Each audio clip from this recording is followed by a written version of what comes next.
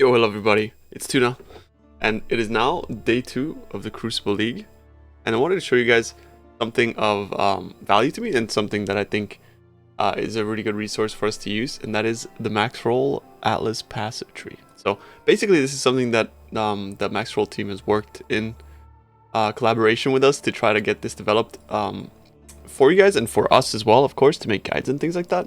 And this video is basically going to go over the Atlas passive strategy that I have used this league start, and what accelerated me into T16s, and something that is a little bit more generic that you guys can use as well if you want to actually progress fast into T16s.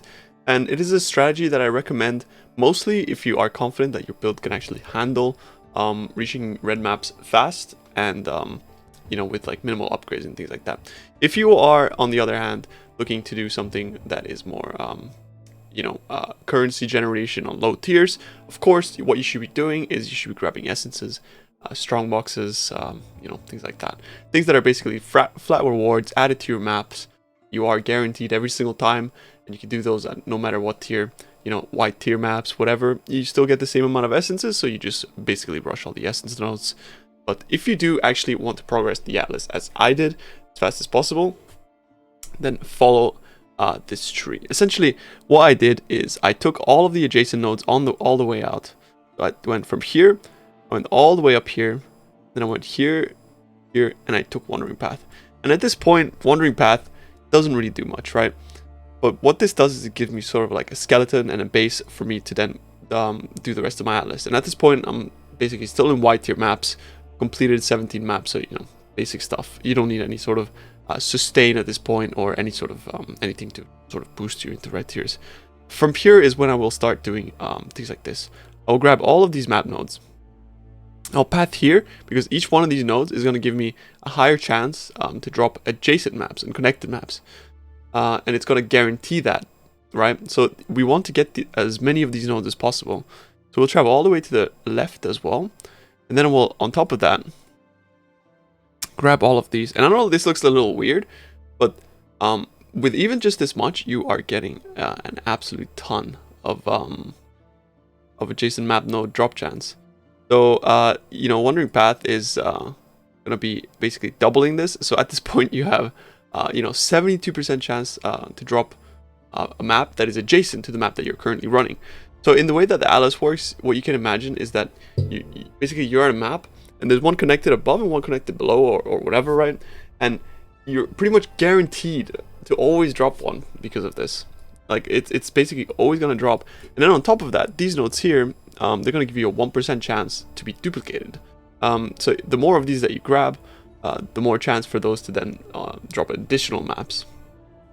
But we have already a high enough percentage here of adjacent maps being dropped. So at this point, what I look to do is I look to get +1 tiers. Essentially, it's gonna help me drop maps that are like of higher tiers, so it'll push my Atlas into higher tiers. Okay, but so far we've only actually looked at maps, right? So the Atlas is basically empty. We're just getting whatever mechanic comes. That's what we're doing. Wandering Path is also really good because it duplicates all of these nodes here, right? So 4% chance to contain an expedition will also become 8% chance. And this works really, really well with mechanics like expedition, mechanics like delirium, right? So for my strategy, what I decided to do is I decided to do exactly that. I decided to grab expedition chance here, and I went all the way up here, and I grabbed all of this expedition chance as well. So with just these two alone, I was pretty much proccing expedition 1 every 2 maps already. Because at this point also, one thing to note that I actually forgot to mention is you take stream of consciousness, right? So you should be taking that probably earlier on in progression. I would say round about here, right? So you got your adjacent maps, take stream of consciousness before you take all of your expedition nodes, and then you go for additional map nodes here. And then you go for all of your expedition nodes here, here, and here. And then from there on, I also grabbed these because there's additional chance there. Now I have expedition pretty much appearing in my maps, 1 every 2 maps or so. So that is really nice. Of course, you're not getting use of these notables, so they're not quite as juiced as they would be normally. But you're still getting a ton of, vendor reroll currencies and things like that. and also logbooks once in a while that will really help, you know, get yourself some basic currencies from Fusion, for example, which helps unbelievable amounts for progressing your maps. This will be able to buy more maps from Kirak with all the currencies that it gives you, you know, the chance orbs, the alchemy orbs, and all that kind of stuff. You'll be able to roll your maps better, all of that good stuff. So yeah. So at this point, the next mechanic that you want to add into your maps is completely up to you. But what I decided to do is I just decided to grab Delirium because it was literally right here. So this alone will give me a pretty decent chance to spawn Deli. And since there isn't really many Deli nodes that close by, here there's not any chance to spawn or anything like that. So instead, what I did now is I went all the way to the top right because there's additional nodes here that are really good. You know, additional vendor reroll currencies, chance to spawn, and whatnot. So I grabbed those, and yeah, I'm getting to the point where my atlas now is in reds. You know, I've completed 66 maps, maybe, you know, less because of additional points that you're getting from Maven and from all the other stuff, you know. So yeah, I've completed this many maps, and that means that I'm pretty much in red tiers at this point. So now that I'm in red tiers, thanks to these gateways, which by the way are just fantastic because it saves me all these points travels, I grab this gateway and I come all the way to the right. What this allows me to do is it allows me to grab all of the Searing Exarch nodes. And there's one or another way to path depending on what you want to do. Like this node doesn't do anything, so what I ended up doing is I ended up pathing like this. You can also pass through this keystone, but honestly early on it's really rough. Like having double downsides is not good. Like additional downsides on your altars, they really suck. So I ended up pathing this way because it just gives me extra chance for maps to be duplicated. And that pretty much sums up the very basics of what I did with my atlas. From here, you're getting into sort of like higher tier maps, and so at the moment, like, it's kind of entirely up to you what you do next. But I ended up grabbing more delirium chance over here. So now I have established basically my map pool, right?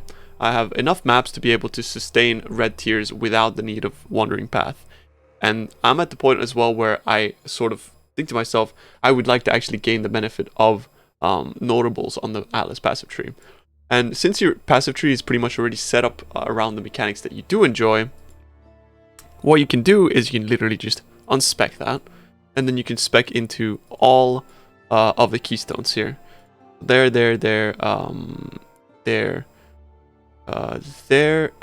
there. And then you just regret these nodes as well. Like such. Alright, cool. So yeah, that's basically what I did there. And yeah, so I grabbed all of the chance. And I am really happy at this point. I'm proccing all of the things that I want. Also, I forgot to mention that you do want to have more Tujen, more Dan, and more Rog. So yeah, I always skip Gwenin. So if Gwenin appears in my maps, I literally just skip her. Don't worry about her. So you can apply this technique basically any strategy that you want to farm. It doesn't necessarily have to be Delirium, Expedition, or any of that kind of stuff, right?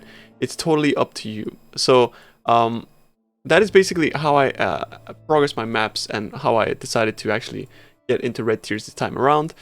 There are many strategies that you can do around this League Start Wandering Path keystone, but yeah, this was the one that worked for me and what accelerated me into red tiers and how I decided to start my league this time. So I will be linking the this Atlas passive tree. And I do once again want to state how insanely nice this is. You can also come here, click resources, click passive tree, Atlas passive tree, and you can craft your own, share it with your friends or whatever. And the main feature of this, which is just completely broken in my opinion, and really helpful for guide makers and for to explain to people how to progress, is the fact that we have the undo and redo key. It's such a simple function, but essentially what that does is you can basically click all the way back, and you can see that as I pressed all the buttons, it shows you the progress of how you should be speccing, how you should be speccing your tree. And if you, for example, want to, I'll give you like a little example of this function. If you, for example, want to say like, oh, I want to grab all of these, but then at some point you think to yourself like, oh, at this point you should be removing these map nodes. So what you want to do is you want to record a respec And then you can just remove all that. You click that, and then you say like, oh, I want to go this way now, and take those or whatever, right? So then now when you go back in the progression, what it's going to do is it's going to have that recorded. So it's going to say that, yeah, at this point you should have this, but then beyond that, we actually remove it. So this feature is really, really good for, you know, being able to share progression with people, and for us, of course, guide makers, to be able to make trees. So yeah, that is just something that I wanted to show real quick. And that is the passive Atlas passive tree strategy that I used this league launch. I hope that helps. I'll have it linked in the description. Hope you guys are having a fantastic league start. Appreciate every single one of you. You guys are the best. Thank you very much, and see you again soon.